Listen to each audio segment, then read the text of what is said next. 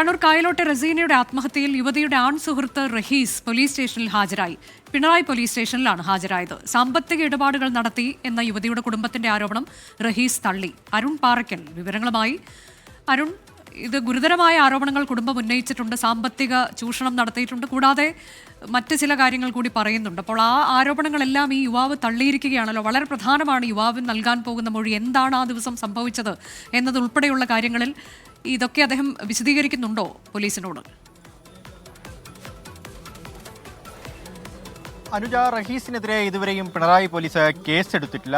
റഹീസിനെതിരെ പ്രധാനമായും ആരോപിച്ചിരുന്നത് ഈ യുവതിയുടെ, അതായത് 20 പവൻ സ്വർണവും 1 ലക്ഷം രൂപയും റഹീസ് കൈക്കലാക്കി എന്നതായിരുന്നു.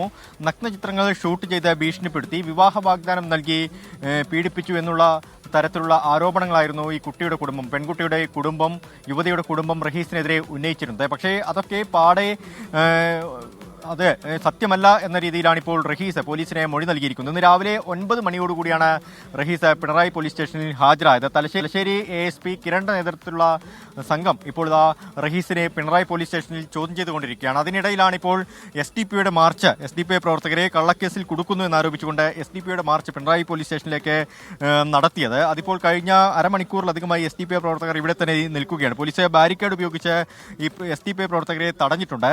പക്ഷേ റഹീസിനെ നിലവിൽ ഇപ്പോഴും പോലീസ് ചോദ്യം ചെയ്തുകൊണ്ടിരിക്കുന്നു. ഒരുപക്ഷെ റഹീസിനെ പ്രതി ചേർക്കേണ്ടി വരുമോ എന്ന കാര്യങ്ങളൊക്കെ തന്നെ പോലീസ് ഒരു അന്വേഷണം നടത്തണം. അതിന് ഒരു കാരണം ഈ റസീനയുമായി ബന്ധപ്പെട്ട ഏക സാക്ഷി, നിർണായകമായ സാക്ഷി റഹീസാണ്. റഹീസിൽ നിന്ന് കൂടുതൽ വിവരങ്ങൾ ശേഖരിക്കേണ്ടതുണ്ട്.